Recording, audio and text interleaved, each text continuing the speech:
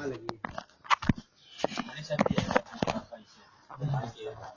ادھر کر دیں.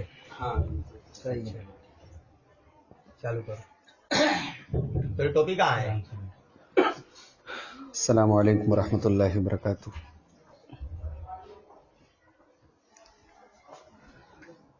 الحمد للہ نحمده ونستعینه ونستغفره ونعوذ باللہ من شرور انفسنا ومن سیئات اعمالنا من يهده الله فلا مضل له ومن يضلل فلا هادي له واشهد ان لا اله الا الله وحده لا شريك له واشهد ان محمدا عبده ورسوله. يا ايها الذين امنوا اتقوا الله حق تقاته ولا تموتن الا وانتم مسلمون. يا ايها الناس اتقوا ربكم الذي خلقكم من نفس واحده وخلق منها زوجها وبث منهما رجالا كثيرا ونساء واتقوا الله الذي تساءلون به والأرحام إن الله كان عليكم رقيبا. يا أيها الذين آمنوا اتقوا الله وقولوا قولا سديدا يصلح لكم أعمالكم ويغفر لكم ذنوبكم ومن يطع الله ورسوله فقد فاز فوزا عظيما. أما بعد فإن خير الحديث كتاب الله وخير الهدي هدي محمد صلى الله عليه وسلم وشر الأمور محدثاتها وكل محدثة بدعة وكل بدعة ضلالة وكل ضلالة في النار. اعوذ باللہ من الشیطان الرجیم. بسم اللہ الرحمن الرحیم. کل نفس ذائقۃ الموت وانما توفون اجورکم یوم القیامہ فمن زحزح عن النار وادخل الجنة فقد فاز وما الحیاۃ الدنیا الا متاع الغرور.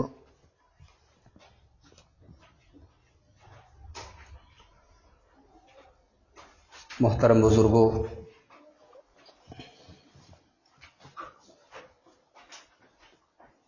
ماؤں بہنوں،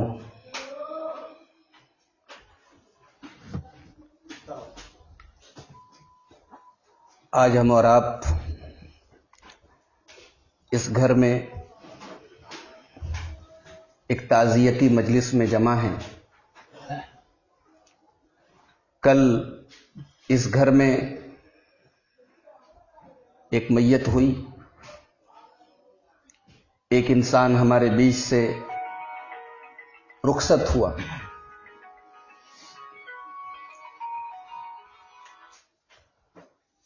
سیدھے سیدھے الفاظ میں اگر کہا جائے تو موت نے کسی سے اس کے باپ کو چھینا، کسی سے اس کے بھائی کو چھینا، کسی سے اس کے شوہر کو چھینا. یہ موت بڑی بے رحم اور بڑی تلخ چیز ہے. دنیا کا کوئی انسان مرنا نہیں چاہتا، زندگی سب کو پیاری ہے،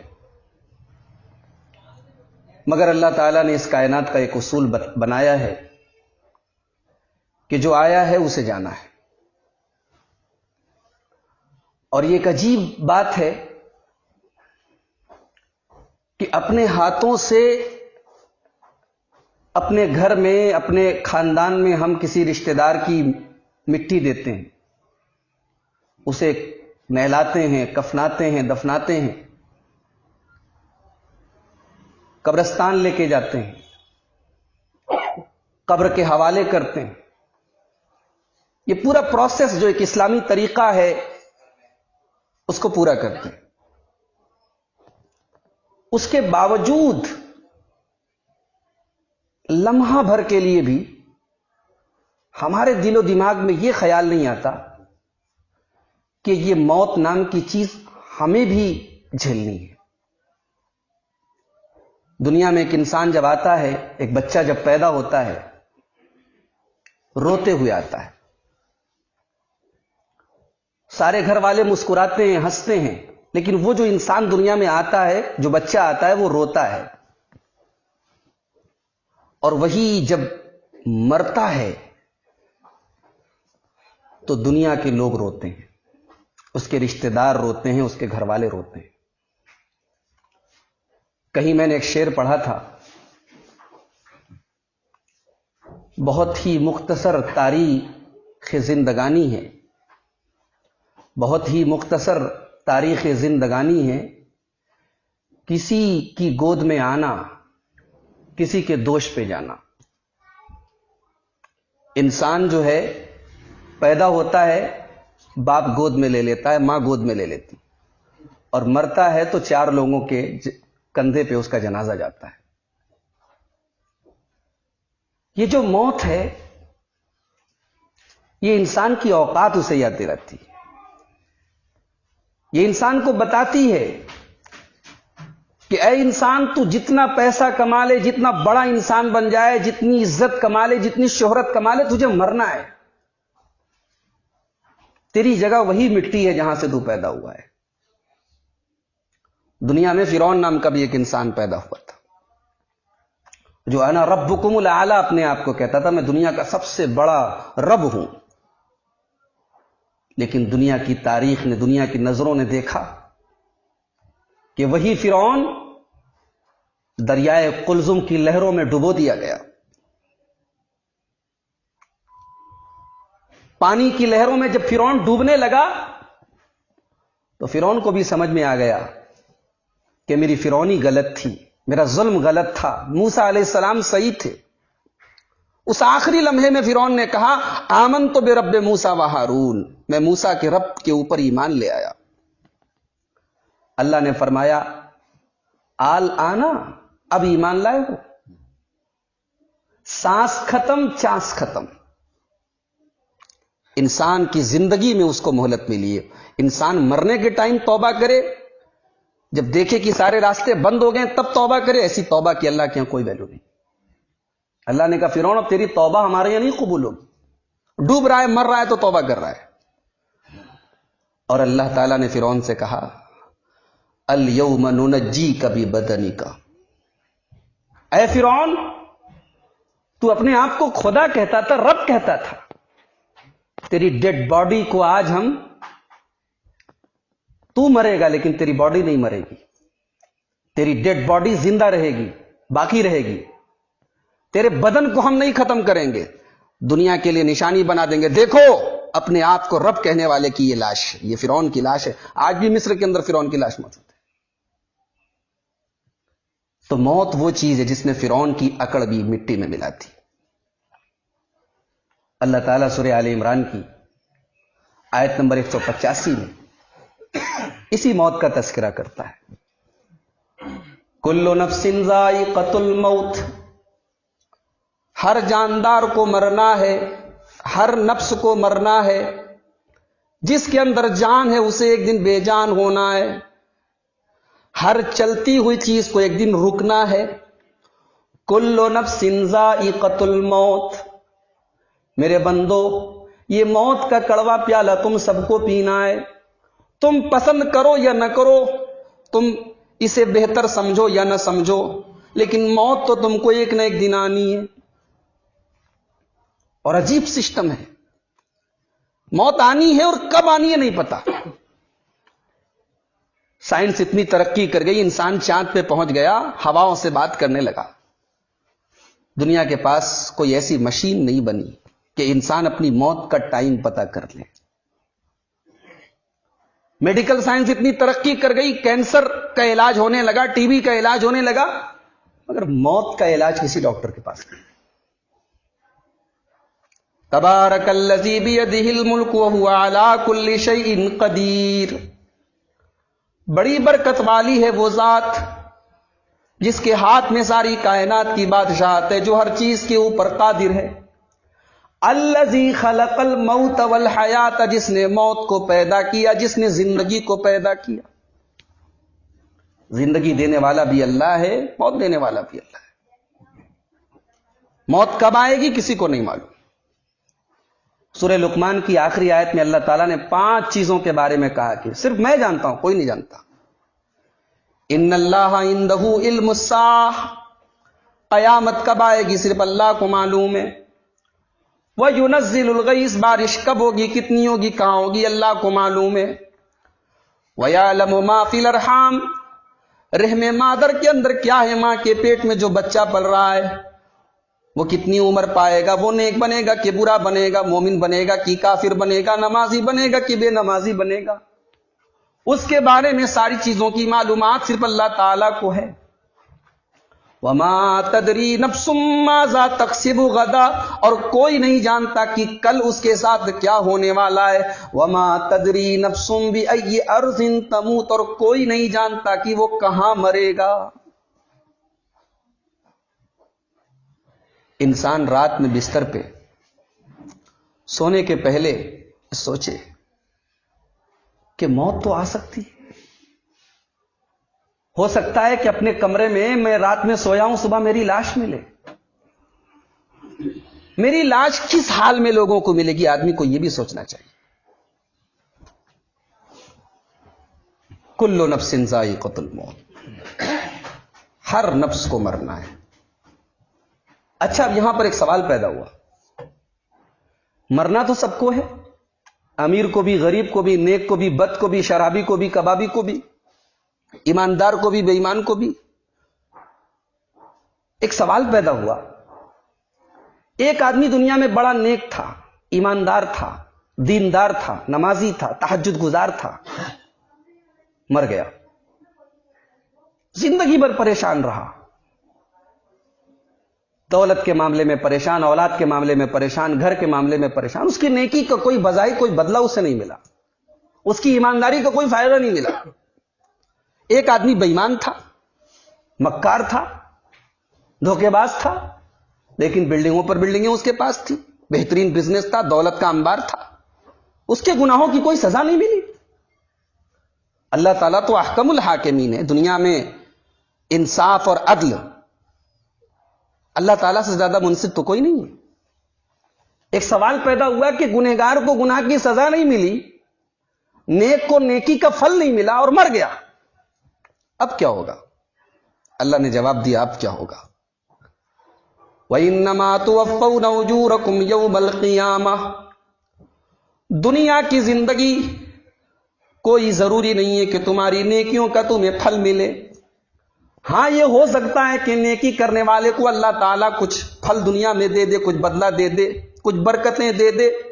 ہو سکتا ہے کہ برائی کرنے والے کی برائی کی سزائیں کچھ دنیا میں دے دے، لیکن اصل حساب تو قیامت کے دن ہونے والا ہے. وَإِنَّمَا تُوَفَّوْنَ أُجُورَكُمْ يَوْمَ الْقِيَامَةِ، میرے بندو تمہیں قیامت کے دن تمہارے عمل کا پورا پورا بدلہ دیا جائے گا. وہاں مزدوری ملے گی، وہاں نمازیوں کی نماز برباد نہیں جائے گی، وہاں راتوں میں اللہ کی بارگاہ میں بہنے والے آنسو بیکار نہیں جائیں گے. فَمَن يَعْمَلْ مِثْقَالَ ذَرَّةٍ خَيْرًا يَرَهُ، ایک ذرہ کے برابر بھی کوئی نیکی کی ہوگی اس کا بھی پھل ملے گا. وَمَن يَعْمَلْ مِثْقَالَ ذَرَّةٍ شَرًّا يَرَهُ، ایک ذرہ کے برابر بھی کوئی گناہ کیا ہوگا، کوئی برائی کی ہوگی، اس کا بھی بدلہ ملے گا. وہ حساب کا دن ہوگا. اس کے بعد اللہ تعالیٰ نے اسی آیت میں پہلی حقیقت بتائی کہ موت آنی ہے، دوسری حقیقت بتائی کہ قیامت کے دن بدلہ ملے گا. تیسری حقیقت اللہ بتا رہا ہے کہ دیکھو کامیابی کیا ہے. کامیابی ہم اور آپ سمجھتے ہیں دنیا والوں کی نظر میں نام کما لینا، دنیا میں عزت کما لینا، دولت کما لینا، عیش اور آرام کا حاصل ہو جانا، بیوی بچوں کا سکون مل جانا، یہی سب تو کامیابی ہے۔ جاب مل جانا، بزنس کا چل جانا، بہترین خوبصورت بیوی مل جانا، بچوں کی صحت اور تندرستی، اچھا کاروبار، بہترین مکان، ہمارے نزدیک کامیابی کا اسٹینڈرڈ تو یہی سب چیزیں۔ اللہ نے بتایا نہیں میرے بندو، کامیابی یہ نہیں ہے، یہ ہے کامیابی لیکن یہ وقتی ہے کامیابی۔ اصل کامیابی کیا ہے؟ فَمَنْ زُحْزِحَ عَنِ النَّارِ وَأُدْخِلَ الْجَنَّةَ فَقَدْ فَازَ، جس کو اللہ تعالی جہنم کی آگ سے بچا لے اور جس کو اللہ تعالی جس کو اللہ تعالی جنت میں داخل کر دے اور جہنم سے بچا لے، فقد فاز، وہی کامیاب ہے۔ اصل کامیابی تو یہی ہے، اصل کامیابی تو اللہ کی بارگاہ میں جو جہنم سے بچا لیا جائے، جو جنت میں داخل کر دیا جائے، وہی کامیاب ہے۔ چاہے وہ دنیا میں غریب رہا ہو، پریشان رہا ہو، بیمار رہا ہو، تکلیفوں میں رہا ہو، ٹینشن میں رہا ہو، لیکن اللہ کی بارگاہ میں وہی کامیاب ہے جس کو اللہ تعالی جہنم سے بچا لے۔ اور آیت کریمہ کا آخری ٹکڑا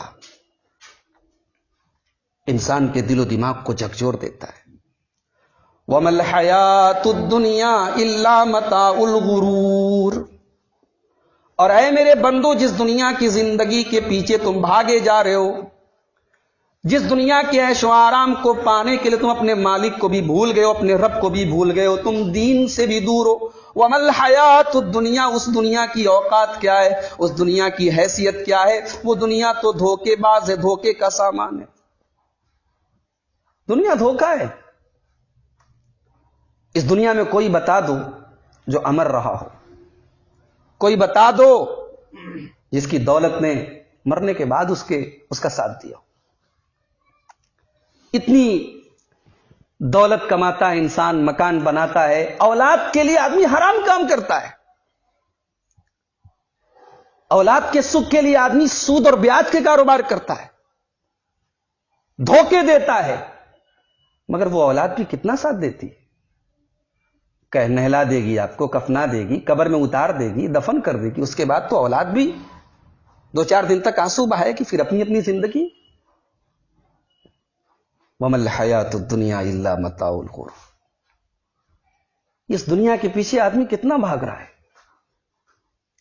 ساری دولت، ساری پراپرٹی، مرا آدمی دوسروں کی ہو گئی، وارثوں کی ہو گئی۔ کروڑوں کی پراپرٹی کا مالک مرتا ہے تو 2 گز زمین ہی میں دفن ہوتا ہے۔ بہترین کپڑے پہننے والا، ایک سے ایک کرتے سلوانے والا بھی مرتا ہے تو معمولی سے کفن میں اس کو کفنایا جاتا ہے۔ دنیا کیا دیتی ہے ہمیں میرے بھائیوں، میری ماؤں بہنوں؟ جس دنیا کے عیش و آرام کے لیے آدمی اپنے مالک کو بھولا، اپنے مقصد کو بھولا ہے، اپنی زندگی کو بھولا ہے۔ ذرا دیکھو کتنی بے بسی ہوتی ہے۔ مرا ہے انسان، زندگی میں وہ نہاتا تھا، اپنے ہاتھوں سے صابن لگاتا تھا، اپنا فیورٹ شیمپو استعمال کرتا تھا، منہ دھونے کے لیے فیس واش یوز کرتا تھا۔ آج ایسا بے بس ہے کہ آج اس کو دوسرے نہلا رہے ہیں۔ آج وہ یہ بھی نہیں کہہ سکتا کہ میں لکس سے نہاتا تھا، مجھے لکس صابن دلا دو۔ بے بس ہے، بے سہارا ہے، دوسروں کا محتاج، نہلایا جا رہا ہے، کپڑے اتارے جا رہے ہیں، کفنایا جا رہا ہے۔ امیر ترین انسان، شہر کا کروڑ پتی بھی مرتا ہے تو بغیر پاکٹ کا، بغیر جیب کا کفن ہی اس کو ملتا ہے، کوئی نوٹوں کی گڈی ساتھ میں نہیں گئی۔ کار سے گھومنے والا بھی 4 لوگوں کے کندھوں پہ سوار ہو کے قبرستان جاتا ہے، اور جب قبرستان جاتا ہے، قبر میں لوگ اتارتے ہیں تو مٹی دے کے ہاتھ جھاڑتے ہیں، گویا ہاتھ جھاڑ کے یہ کہہ دیتے ہیں کہ بس ہمارا کام ختم، ہماری ڈیوٹی فنش، اب یہاں سے تم جانو، تمہارے اعمال جانے۔ انسان اتنا پتھر دل ہو گیا ہے کہ آج مردوں کو مٹی دینے کے بعد بھی یہ نہیں سوچتا کہ یہ انجام میرا بھی ہونے والا ہے۔ صحابہ کرام اتنے پتھر دل نہیں تھے۔ ہمارے نبی اکرم صلی اللہ علیہ وسلم نے ہم کو یہ تعلیم نہیں دی ہے میرے بھائی. ہمارے رشتہ داری میں, ہمارے خاندان میں, ہمارے گھر میں اگر کوئی میت ہوئی ہے تو جو غم ہے, جو صدمہ ہے, وہ تو اپنی جگہ ہے. وہ میت ہمیں یہ سبق دے کر جا رہی ہے کہ میں گیا ہوں, اب تمہارا بھی نمبر ہے. کسی نہ کسی کو مرنا ہے. اب کوئی یہاں ہمیشہ رہنے کے لیے نہیں آیا ہے. ابن ماجہ کی روایت ہے, اللہ کے پیارے نبی صلی اللہ علیہ وسلم ایک انصاری صحابی کے جنازے میں شامل ہے. حضرت برا ابن عازب کہتے ہیں قبر میں جنازے کو اتارا گیا, اللہ کے پیارے نبی وہیں قبر کے کنارے بیٹھ گئے. فجلس علی شفیر القبر, قبر کے کنارے آپ بیٹھ گئے. فبکا, اللہ کے پیارے نبی قبرستان کے اس ماحول میں, قبر میں جنازے کو اتارا جا رہا ہے, اس ماحول میں اللہ کے نبی رونے لگے. اور اتنا روئے حتی بل السرا, آپ کے آنسوؤں سے وہاں کی زمین تر ہو گئی. غور کریں, قبرستان کا ماحول, نبی اکرم کے آنسو بہ رہے ہیں, زمین تر ہے, اور اللہ کے پیارے نبی اپنے صحابہ سے کہتے ہیں روتے ہوئے, آنسو بہاتے ہوئے, لمثل ھذا فاعدوا یا اخوانی, میرے صحابہ اس دن کی تیاری کرو, اس قبر کی تیاری کرو. یہاں دولتیں کام نہیں آئیں گی, یہاں دنیا کا نام کام نہیں آئے گا, یہاں پراپرٹی کام نہیں آئے گی, یہاں بچے کام نہیں آئیں گے, یہاں تمہاری نیکیاں, تمہارا عمل, تمہارا ایمان کام آئے گا. قرآن کریم کے 18ویں پارے میں اللہ تعالیٰ نے نقشہ کھینچا ہے کہ جب آدمی مرتا ہے تو مرتے ہی ایک تمنا کرتا ہے. کیا تمنا کرتا ہے؟ حتی اذا جاء احدهم الموت قال رب ارجعون, موت جیسے ہی تمہارے پاس آتی ہے تو مرنے والا یہ تمنا کرتا ہے رب ارجعون, اے اللہ تو دنیا میں مجھے ایک بار دوبارہ جانے کا موقع دے دے, ایک مہلت اور دے دے, ایک چانس اور دے دے. لعلی اعمل صالحا, اے اللہ تاکہ میں نیک عمل کر لوں, میں تجھے راضی کرنے والا عمل کر لوں. اللہ فرماتا ہے کلا, نہیں. دنیا میں انسان کتنی پلاننگ کرتا ہے, بیٹی کی شادی کر لوں, حج کر لوں, مکان بنا لوں, یہ کر لوں, وہ کر لوں, لیکن یہاں مرنے کے بعد دوبارہ دنیا میں آنے کی مہلت مانگ رہا ہے. کس لیے؟ بیٹی کی شادی کے لیے نہیں, مکان بنانے کے لیے نہیں, صرف اس لیے کہ میں نیک عمل کر لوں, میں اللہ کو راضی کر لوں. لیکن اللہ تعالیٰ جواب دیتا ہے کلا, نہیں میرے بندے, اب دوبارہ تجھے کوئی چانس ملنے والا, کوئی مہلت ملنے والی نہیں ہے. انہا کلمۃ ہوا قائلھا, یہ تو تیری ایک تمنا ہے جو تیرے منہ سے نکل رہی ہے, یہ پوری ہونے والی نہیں ہے.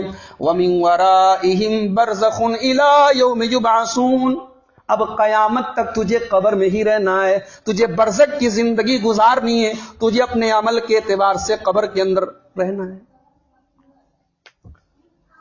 فَإِذَا نُفِخَ فِي الصُّورِ, پھر جب قیامت کا دن آئے گا, اسرافیل علیہ السلام سور پھونکیں گے. جب سور پھونکا جائے گا فلا انساب بینہم یومئذ, تو قرآن یہ کہہ رہا ہے کہ اس دن نسب کام نہیں آئیں گے, رشتہ داریاں کام نہیں آئیں گی, اولاد کام نہیں آئے گی. دنیا میں ہم سب رشتے کے بندھن میں بندھے ہیں. بھائی کی مدد کرتا ہے, چچا اور بھتیجے کا ایک تعلق ہے, دادا اور پوتے کا ایک تعلق ہے, بیوی شوہر کا ایک تعلق ہے. قیامت کے دن کوئی تعلق نہیں, کوئی ریلیشن نہیں. یوم یفر المرء من اخیہ, قیامت کے دن تو آدمی اپنے بھائی سے بھاگے گا. وہ امہ, جنم دینے والی ماں کو دیکھ کر بھاگے گا. وہ ابھی, زندگی بھر ساتھ دینے والا, زندگی بھر تربیت کرنے والا, ہر سکھ دکھ کا خیال کرنے والا باپ سامنے, لیکن باپ کو دیکھ کر بھاگے گا. وصاحبتہ وبنی, اپنی بیوی کو دیکھ کر بھاگے گا, اپنے بچوں کو دیکھ کر بھاگے گا. نفسی کا عالم ہوگا, بھاگے گا ہی نہیں.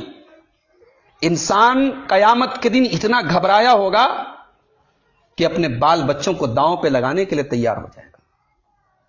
یود المجرم لو یفتدی من عذاب یومئذ ببنیہ، قیامت کے دن انسان کہے گا اے اللہ میرے بچوں کو لے لے مجھے چھوڑ دے، وصاحبتہ واخی میری بیوی کو لے لے مجھے چھوڑ دے، میرے بھائیوں کو لے لے مجھے چھوڑ دے، وفصیلتہ التی تؤوی میرے پورے خاندان کو تو لے لے لیکن مجھے چھوڑ دے۔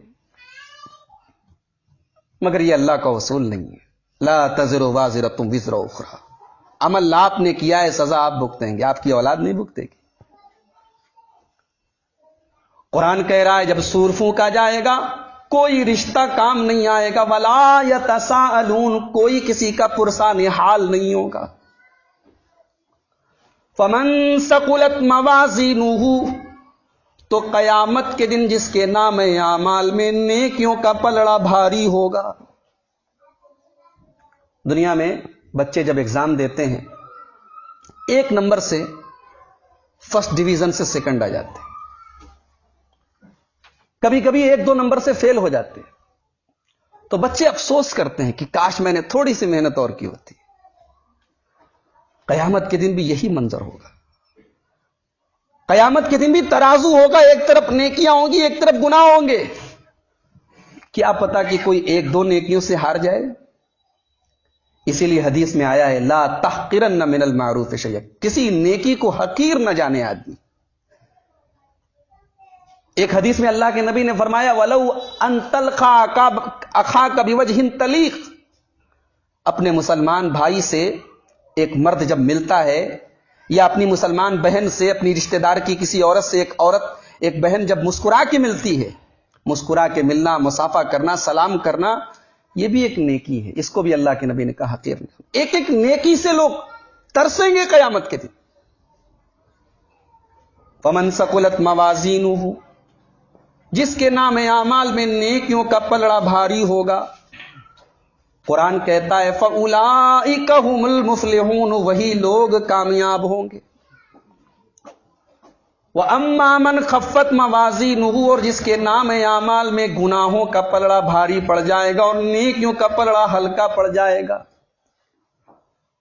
فَأُولَئِكَ الَّذِينَ خَسِرُوا أَنفُسَهُمْ فِي جَهَنَّمَ خَالِدُونَ، اللہ فرماتا ہے کہ یہ وہ لوگ ہوں گے جو جہنم میں رہیں گے، برباد ہو جائیں گے، نقصان اٹھائیں گے۔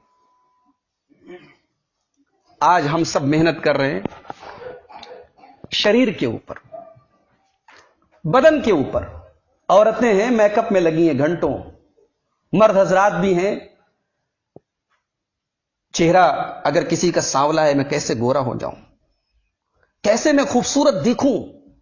انسان چہرے پر محنت کر رہا ہے، انسان بدن پہ محنت کر رہا ہے، روح کے اوپر کوئی محنت ہی نہیں ہے، انسان دل کے اوپر کوئی کام ہی نہیں کر رہا ہے، دل اندر سے گندا ہے، کپڑے بڑے خوبصورت ہیں تو کیا، چہرہ بڑا روشن ہے لیکن تیری روح جب سیاہ ہے، جب تیری روح کے اندر کالا پن ہے تو تیرے خوبصورت چہرے، تیرا خوبصورت کپڑا تجھے تھوڑی اللہ کے یہاں بچا لے گا۔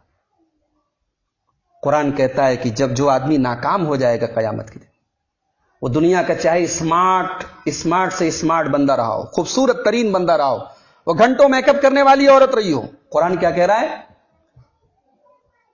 یوم تلفح وجوہہم النار، قیامت کے دن جہنم کی آگ تمہارے چہروں کو جھلسا دے گی، تمہارے خوبصورت چہرے جن کو تم نے کریم کے ذریعے، میک اپ کے ذریعے بہت روشن بنایا ہے، بہت شاندار بنایا ہے، بہت چمکدار بنایا ہے، جہنم کی آگ میں تمہارے یہ چہرے جھلسا دیے جائیں گے۔ وَهُمْ فِيهَا كَالِحُونَ اور خوبصورت سے خوبصورت لوگ جہنم میں جانے کے بعد بدصورت ہو جائیں گے۔ اللہ تعالیٰ کہے گا أَلَمْ تَكُنْ آيَاتِي تُتْلَى عَلَيْكُمْ، میرے بندوں کیا میری آیتیں تمہارے اوپر پڑھی نہیں جاتی تھی؟ کیا تمہارے سامنے کبھی قرآن نہیں پڑھا گیا؟ کیا تقریریں نہیں ہوئی؟ کیا جمعہ کے خطبے نہیں ہوئے؟ کیا قرآن تم نے نہیں سنا؟ اللہ کے رسول کی حدیثیں نہیں سنی؟ فَكُنْتُمْ بِهَا تُكَذِّبُونَ اور تم نے اللہ تعالیٰ کی آیتوں کو سننے کے بعد جھٹلا دیا، تو وہ بدنصیب کیا جواب دیں گے؟ قَالُوا ربنا غلبت علینا شقوتنا وکنا قوما ضالین، وہ کہیں گے ہائے اللہ ہم واقعی میں بڑے بد نصیب تھے، قرآن بھی سنا، تقریریں بھی سنی، رسول اکرم کی حدیثیں بھی سنی، ساری باتیں جانتے تھے، سنتے تھے، سمجھتے تھے، لیکن ہم بدنصیب تھے، ہم گمراہ لوگوں میں شامل ہو گئے، ہم گنہگاروں میں شامل ہو گئے، بدکاروں میں شامل ہو گئے۔ اس کے بعد جہنمی بڑے درد کے ساتھ کہیں، اخرجنا منہا، اے اللہ تو ایک بار ہمیں جہنم سے نکال دے، صرف ایک بار تو ہمیں جہنم سے نکال دے۔ فَإِنْ عُدْنَا فَإِنَّا ظَالِمُونَ، اگر اس کے بعد ہم نے دوبارہ کوئی غلط کام کیا تو تو ہمیں جو سزا دے دے گا منظور ہے۔ اللہ فرمائے گا نہیں میرے بندو، جو بھی مہلت دینی تھی ہم دے چکے، یہ مہلت موت تک ملتی ہے، موت کے بعد نہیں ملتی ہے۔ زندگی بھر تمہیں مہلت ملی، تم نے اس مہلت کا فائدہ نہیں اٹھایا۔ اخسؤوا فیہا، اے جہنمیوں اب تمہیں اسی جہنم میں ذلیل ہو کر رہنا ہے۔ ولا تکلمون، اے جہنمیوں تم مجھ سے بات بھی نہ کرو۔ آخر ہم کس بات کا انتظار کر رہے ہیں؟ آج تو ہمارا رب ہم سے بات کرنے کو تیار ہے، اسے ہم نے ناراض کیا ہے اور روٹھا ہے، ہم سے ہم منا سکتے ہیں اپنے گناہوں کے ذریعے، اپنی نافرمانیوں کے ذریعے۔ اگر ہمارا رب ہم سے ناراض ہے تو ہم منا سکتے ہیں۔ کیا ہم اس دن کا انتظار کر رہے ہیں جس دن وہ یہ کہے ولا تکلمون، بات مت کرو؟ میرے بھائیوں، میری ماؤں بہنوں، موت، اور اس گھر میں ہم اور آپ اسی موت کے تعلق سے جمع ہوئے ہیں۔ صحابہ کرام موت کے معاملے میں بھی اپنے رسول کی سنت پر عمل کرتے تھے۔ ہمارے آج میت کے تعلق سے بھی بڑی خرافات ہیں۔ آپ دیکھیں، تیجا ہو رہا ہے، 40واں ہو رہا ہے، برسیاں منائی جا رہی ہیں، مردوں کے نام پہ قرآن پڑھے جا رہے ہیں، بہت سارے کام ہو رہے ہیں، بہت سارے کام ہو رہے ہیں، اور پوچھو کیوں ہو رہے ہیں؟ رسم ہے، سماج میں چل رہا ہے۔ صحابہ یہ نہیں دیکھتے تھے سماج میں کیا چل رہا ہے۔ میں ایک چھوٹی سی مثال آپ کو دیتا ہوں۔ حضرت ابو بکر کا نام کس نے نہیں سنا؟ اللہ کے رسول کے یار غار ہیں۔ تمام صحابہ میں سب سے اونچا مقام حضرت ابو بکر صدیق کا ہے۔ یہ کون ہے؟ یہ اللہ کے نبی کے سب سے گہرے دوست ہیں، سب سے بڑے صحابی ہیں، اور اما عائشہ کے باپ ہیں۔ اما عائشہ فرماتی ہیں، بخاری کی روایت ہے، حضرت ابو بکر بیمار ہیں، اور اتنے بیمار ہیں کہ اب موت کا ٹائم قریب آ چکا ہے، مرنے والے ہیں، مرض الموت میں ہیں۔ حضرت عائشہ رضی اللہ تعالیٰ عنہ فرماتی ہیں کہ میں اپنے باپ سے ملنے کے لیے گئی۔ میرے باپ نے مجھے دیکھتے ہی پہلا سوال کیا، اے میری بیٹی عائشہ، فی کم کفن النبی صلی اللہ علیہ وسلم، اے عائشہ یہ بتاؤ کہ جب اللہ کے رسول کا انتقال ہوا تو آپ کے کفن میں کتنے کپڑے تھے؟ ایک مسئلہ تو یہ ثابت ہوا کہ صحابہ کرام کو اس کی بھی فکر ہے کہ کفن دفن کا طریقہ بھی نبی والا ہونا چاہیے، اور دوسرا مسئلہ یہ ثابت ہوا کہ اما عائشہ ایک عورت ہونے کے باوجود ان کا علم یہ ہے، نبی کی سنتوں کے بارے میں ان کی معلومات کا حال یہ ہے کہ باپ خود اپنی بیٹی سے پوچھ رہا ہے کہ کسی کو پتا ہو نہ ہو تجھے ضرور پتا ہوگا۔ اس سے ایک مسئلہ یہ نکلا کہ اپنی بیٹیوں کو ایسی تعلیم دو کہ کبھی دین کا مسئلہ اگر پھنسے تو تم ان سے پوچھو، اپنی اولاد کو ایسا بناؤ کہ وہ دین کے معاملے میں تمہاری رہنمائی کرے۔ آج ہماری مائیں بہنیں ہیں، عجیب و غریب زندگی کے معاملات ہیں، دین کی معلومات نہیں ہے، اگر معلومات ہے تو عمل نہیں۔ اللہ ہم سب کی حفاظت کرے۔ کہا کہ اے بیٹی، نبی کے کفن میں کتنے کپڑے تھے؟ اما عائشہ نے فوراً جواب دیا، اور میں کبھی کبھی سوچتا ہوں کہ اما عائشہ رضی اللہ تعالیٰ عنہا کو اللہ تعالیٰ نے کیسا بریلینٹ دماغ دیا تھا۔ شاعری بھی ان کو یاد تھی، نبی کی حدیثیں بھی یاد تھی۔ اگر حدیث کی کتابوں میں صرف حضرت عائشہ کی حدیث کو نکال دیا جائے، میں سمجھتا ہوں کہ اللہ کے رسول کی سیرت میں سے کم 1/3 حصہ نکل جائے گا۔ اللہ کے نبی کی جو پرائیویٹ لائف تھی، جو ذاتی زندگی تھی، گھر کے اندر کے جو معاملات تھے، وہ امت کو بتانے والی آپ ہیں، اما عائشہ ہیں۔ کہا کہ ابا جان، اللہ کے نبی کے انتقال کے موقع پر آپ کو 3 کپڑوں میں کفنایا گیا تھا۔ کہا کہ بیٹی مجھے بھی 3 کپڑوں میں کفنانا. وہیں پر ایک کرتا رکھا ہوا تھا، اور یہ وہ کرتا تھا جو بیماری کے دنوں میں حضرت ابوبکر پہنا کرتے تھے. اس کرتے کے اوپر زعفران کا داغ بھی لگا ہوا تھا. حضرت ابوبکر کہنے لگے اے میری بیٹی یہ کرتا تم لے لو اور 2 اور کپڑے لے آؤ اور مجھے 3 کپڑوں میں میرے مرنے کے بعد کفنانا. اما عائشہ کہنے لگی ان ھذا لخلق، اے ابا جان یہ کپڑا تو پرانا ہے، ہم اتنے گئے گزرے تو نہیں ہیں کہ اپنے باپ کو پرانے کپڑے میں پہنے ہوئے کپڑے میں کفنائیں گے، ہم آپ کے لیے کفن کا نیا کپڑا لائیں گے. میرے پیارے بھائیوں، حضرت ابوبکر صدیق نے جو جواب دیا ہے وہ ہم سب کے لیے سوچنے والا جواب ہے. کہا کہ میری بیٹی ان الحی احق بالجدید، نیا کپڑا تو زندے کو پہننا چاہیے، مردے کو کیا فرق پڑتا ہے؟ نیا پہناؤ پرانا پہناؤ پھٹا پہناؤ، مردے کو تو قبر میں جانا ہے، مٹی میں مل جانا ہے. اے میری بیٹی مجھے کوئی ضرورت نہیں ہے نئے کپڑے کی، تم اسی کپڑے میں مجھے کفنانا. کہا کہ آج کون سا دن ہے؟ کہا سوموار کا دن ہے. کہا کہ یہ بتاؤ کہ اللہ کے نبی کا انتقال کس دن ہوا تھا؟ کہا کہ سوموار ہی کے دن ہوا تھا. آسمان کی طرف نگاہ ڈالی، کاش کہ میری بھی موت آج کے دن ہو جائے، کاش میں بھی آج اللہ کو پیارا ہو جاؤں. اما عائشہ فرماتی ہیں شام ہوتی ہے، سورج ڈوبتا ہے، رات شروع ہوتی ہے اور حضرت ابوبکر دنیا سے چلے جاتے ہیں. سعودی عرب کے ابھی سفر میں جنت البقیع کے قبرستان میں گیا. 10,000 صحابہ کی قبریں، بالکل مسجد نبوی سے لگا ہوا ہے قبرستان. اور ہندوستان کی طرح وہاں عورتوں کا تاتا نہیں لگا رہتا ہے. اس قبرستان میں عورتوں کی بالکل منائی ہے، کوئی عورتیں نہیں جا سکتی، اس لیے کہ اللہ کے نبی نے لعنت کی ہے. عورتیں جو قبرستان جاتی ہیں زائرات القبور یا زوارات القبور، عورتیں جو قبرستان کی زیارت کرتی ہیں اس پر لعنت کی ہے اللہ کے نبی. اس قبرستان میں جاؤ اور دیکھو 10,000 صحابہ کی قبریں، اور اللہ کی قسم کسی ایک قبر پر بھی کسی کا نام نہیں لکھا ہے. لوگ اندازے سے بتاتے ہیں یہ عثمان غنی کی قبر ہے، یہ حضرت فاطمہ کی قبر ہے، یہ فلاں کی قبر ہے، یہ فلاں کی قبر ہے. کوئی پکی مزار نہیں ہے، کسی قبر پر کوئی نشان نہیں ہے. میں سوچتا ہوں کبھی جب میں وہاں گیا میں نے سوچا کہ یہ وہ لوگ ہیں جو صحابہ ہیں، اور ہمارے ایمان کے مطابق اللہ کی زمین پر، اللہ کی اس کائنات میں اللہ کے نبیوں کے بعد سب سے اونچا مقام نبی کے صحابہ کا ہے. ان سے بڑا ولی کوئی نہیں. نہ وہاں میلے ہیں، نہ جھمیلے ہیں، نہ ٹیم ٹام ہے، نہ اگربتیاں ہیں، نہ خوشبوئیں ہیں.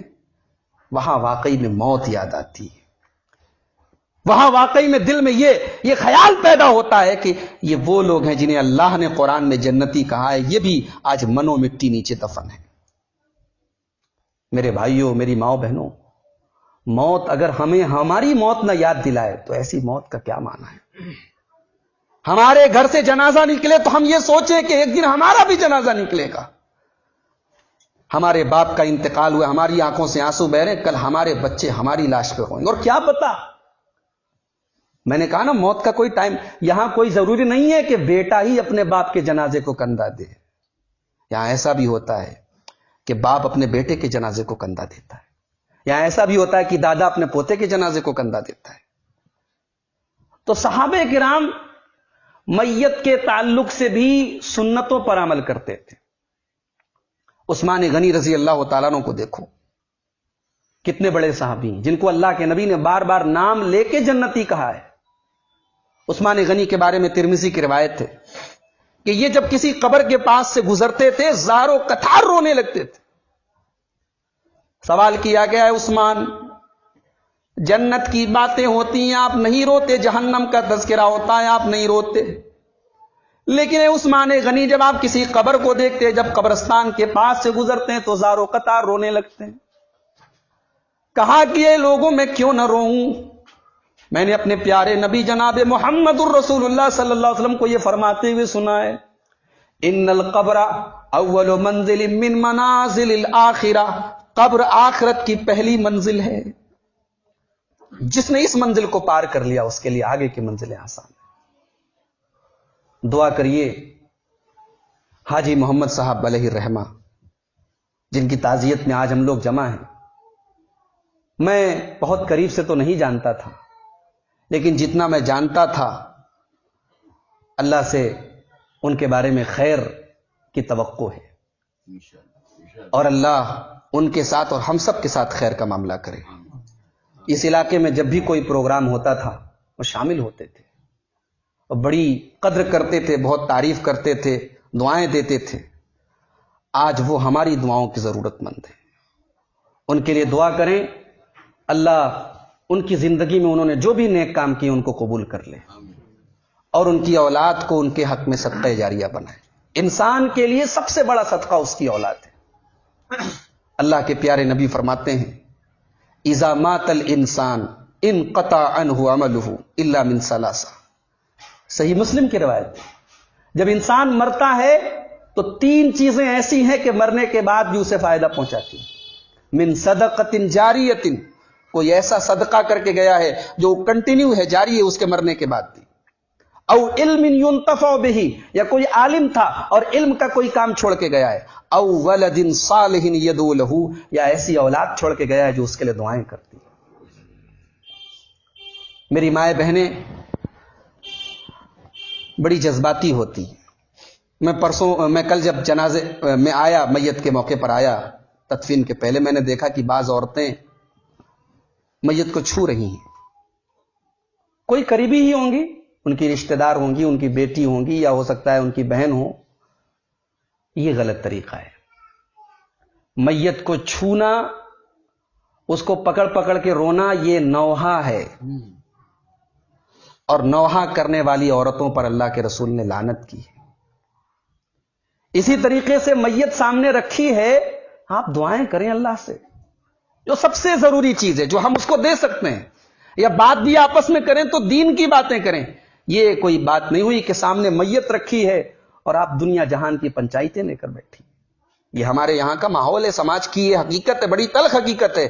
یہ میری ماؤں بہنوں، یہ بہت نامناسب چیز ہے۔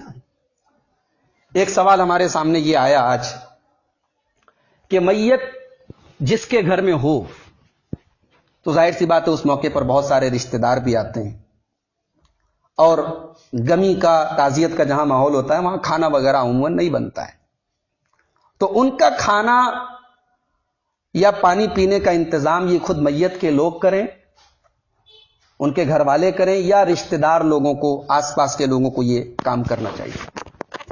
اس سلسلے میں میں چاہتا ہوں کہ ایک فتویٰ آپ کو پڑھ کے سنا دیتا ہوں میں۔ دیکھیے، اللہ کے نبی صلی اللہ علیہ وسلم کے چچا زاد بھائی حضرت جعفر بن ابی طالب کا انتقال ہوا۔ ابو طالب کون تھے؟ اللہ کے نبی کے چچا تھے۔ ان کے لڑکے، ان کا نام تھا جعفر بن ابی طالب۔ یہ غزوہ موتا کے موقع پر ان کا انتقال ہو گیا۔ اللہ کے نبی کو جب پتا چلا، یہ ترمذی اور ابو داؤد کی روایت ہے، تو آپ نے صحابہ سے کہا اصنعوا لآل جعفر طعاما، آل جعفر کے لیے، جعفر کی فیملی والوں کے لیے، ان کے گھر والوں کے لیے کھانا تیار کرو۔ فقد اتاہم ما یشغلہم، اس لیے کہ وہ بیچارے صدمے میں ہیں، ابھی وہ اس پوزیشن میں نہیں ہے کہ کھانا وانا بنا سکے۔ اس سے دو باتیں معلوم ہوئی کہ میت کے گھر والوں کو کے اوپر یہ بوجھ نہ ڈالا جائے کہ وہ کھانا وغیرہ بنائے، اس لیے کہ وہ پہلے ہی صدمے میں ہیں۔ یہ آس پاس کے جو خاندان کے لوگ ہیں، رشتہ دار ہیں، ان کی ذمہ داری ہے۔ لیکن دوسری بات یہ بھی پتہ چلی کہ کوئی فرض واجب نہیں ہے کہ چولہا نہ جلے، کوئی ضرورت پڑے تو چولہا جل بھی سکتا ہے۔ ہمارے یہاں عموماً یہ سمجھا جاتا ہے ارے میت ہوئی ہے، چولہا کیسے جلے گا، بچے بلک رہے ہیں، ان کے لیے دودھ گرمانا ہے، چولہا جل سکتا ہے۔ کوئی ایسا بھی ہے جس کو چائے کی بڑی طلب ہے، بغیر چائے کے وہ نہیں رہ سکتا، اس کا معمول ایک ہے، ایک کپ چائے پینے کے لیے چولہا جلایا جا سکتا ہے۔ کوئی چولہا جلانا حرام نہیں ہے، کوئی منع نہیں ہے، یہ تو ایک غم کے اظہار کا طریقہ ہے۔ تو یہ بات یاد رکھیں کہ حضرت جعفر رضی اللہ تعالیٰ عنہ کے انتقال کے موقع پر اللہ کے نبی نے ان کے خاندان کے لوگوں سے کہا کہ ان کے گھر کے لیے کھانا بناؤ۔ اسی لیے امام شافعی کو کون نہیں جانتا، بہت بڑے امام ہیں، یہ آج کے نہیں ہیں۔ امام شافعی، امام ابو حنیفہ، امام شافعی، یہ لوگ دوسری صدی ہجری کے عالم ہیں۔ امام شافعی کہتے ہیں وأحب لجيران الميت أو ذي قرابته أن يعملوا لأهل الميت في يوم يموت وليلته طعاما. کہتے ہیں کہ میت کے پڑوسی اور اس کے رشتہ داروں کے لیے میں یہ پسند کرتا ہوں کہ وہ میت کے گھر والوں کے لیے کھانا تیار کریں جس دن میت ہو اس دن بھی اور اس رات بھی، اور اتنا کھانا بنائیں جو ان کے لیے کافی ہو جائے. فإن ذلك سنت، یہ سنت ہے، وذکر کریم، اور بہت اچھی بات ہے. امام ابن قدامہ یہ بہت بڑے عالم ہیں، یہ کہتے ہیں یستحب اصلاح طعام لأہل المیت، میت کے گھر والوں کے لیے کھانا بنانا مستحب ہے. یبعث الیہم، جو کھانا بنا کے ان کے پاس بھیجا جائے، اعانۃ لہم، جس سے ان کی مدد کی جائے، وجبرا لقلوبہم، اور ان کے دل کو ڈھارس بدائی جائے، ان کو تسلی دی جائے. فإنہم ربما اشتغلوا بمصیبتہم، اس لیے کہ میت کی وجہ سے ان کے اوپر مصیبت آ گئی ہے. وبمن یأتی الیہم عن اصلاح طعام لانفسہم، اور ابھی وہ اس لائق نہیں ہے، صدمے میں ہے، وہ کھانا نہیں بنا سکتے. تو یہ مسئلہ ہے.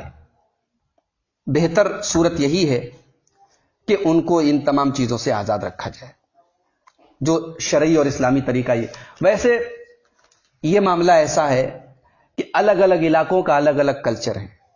میرے پاس ایک مرتبہ بنگال سے ایک جگہ سے فون آیا تھا. وہاں ایک صاحب کہنے لگے کہ ہمارے یہاں طریقہ یہ ہے، دور دور کی رشتہ داریاں ہیں، اب لوگ آئے ہیں تعزیت کے طور پر میت کے جنازے میں شامل ہونے کے لیے، ظاہر سی بات ہے رہیں گے ایک دو دن، تو اب ان کو کھانے کی طلب بھی، کھانا بھی چاہیے، تو ہمیں چاروں ناچار کھانا بنانا پڑتا ہے. کتنا کھانا اڑوس پڑوس کے لوگ، رشتہ دار کے لوگ دیں گے؟ تو اگر سادگی کے ساتھ، جہاں ایسا ماحول ہو، بہت دور دور سے لوگ آئے ہوں اور ان کے لیے کھانے کی ضرورت پڑے، تو سادگی کے ساتھ کھانا بنایا بھی جا سکتا، اس کو ایک دعوت کی شکل نہ دی جائے. اور جہاں تک یہ تیجا کی بات ہے، تیسرے دن خاص طور سے کھانا بنانا اور میت کے نام پر اس کو فقیروں میں بانٹنا، ہے سخت بدعت ہے. اس کو سعودی عرب کی فتویٰ کمیٹی نے کہا کہ یہ انتہائی غلط کام ہے. آپ میت کی طرف سے کھانا بانٹ سکتے ہیں لیکن کوئی دن فکس کرنا غلط ہے. اور سعودی عرب کے بڑے بڑے جید علماء نے یہ کہا کہ کھانا نہ بانٹا جائے، اس میں غیر مسلموں کے ساتھ مشابہت ہے. ان کے یہاں باقاعدہ یہ رسم ہے کہ 13ویں کے موقع پر وہ اپنے پنڈتوں کو بلاتے اور ان کو کھلاتے ہیں، اور اسی طریقے سے اور بھی ان کے ساتھ یہ مشابہت ہو رہی ہے.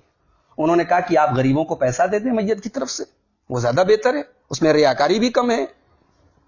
تو یہ مسئلہ ہے کہ اگر کسی کے گھر میں میت ہوئی ہے تو پانی وغیرہ کوئی ضروری نہیں کہ وہی لوگ پلائیں. اگر کوئی ایسا ہے کہ اس کے رشتہ دار لوگ نہیں ہے، کوئی ایسا نہیں ہے، تو الگ بات ہے، ورنہ رشتہ داروں کو، اڑوس پڑوس کے لوگوں کو، جو اس کے قریبی لوگ، ان کو چاہیے کہ ان تمام چیزوں سے ان کو آزاد کر دیں. تو بہرحال موت کے تعلق سے بہت ساری باتیں آپ کے سامنے آئیں.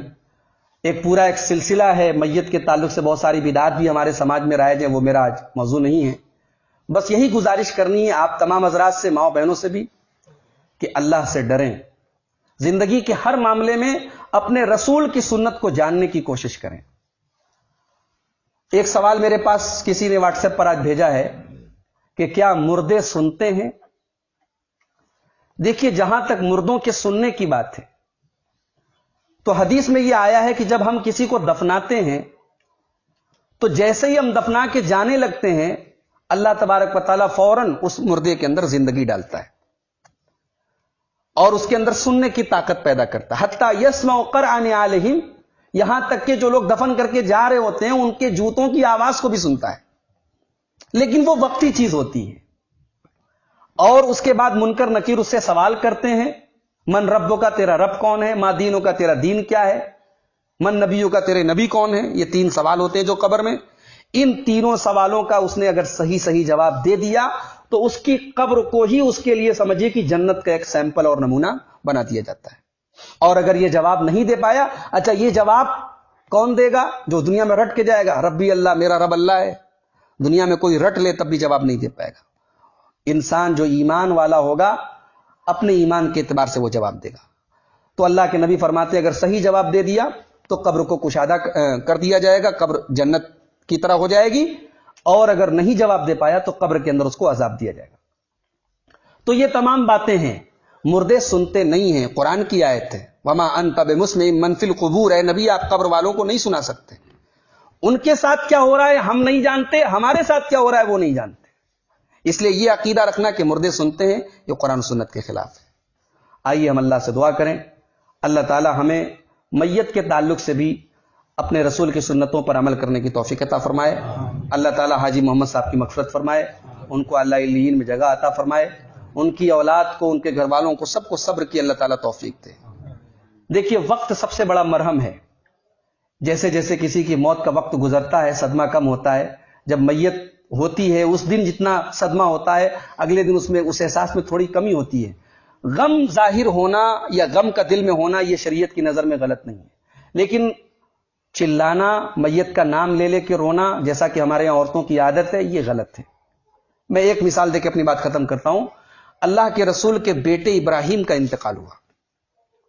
ایک ابراہیم علیہ السلام تھے، وہ نبی تھے، ایک اللہ کے رسول کے بیٹے کا نام بھی ابراہیم تھا، حضرت ماریہ کے پیٹ سے پیدا ہوئے تھے حضرت ابراہیم رضی اللہ عنہ۔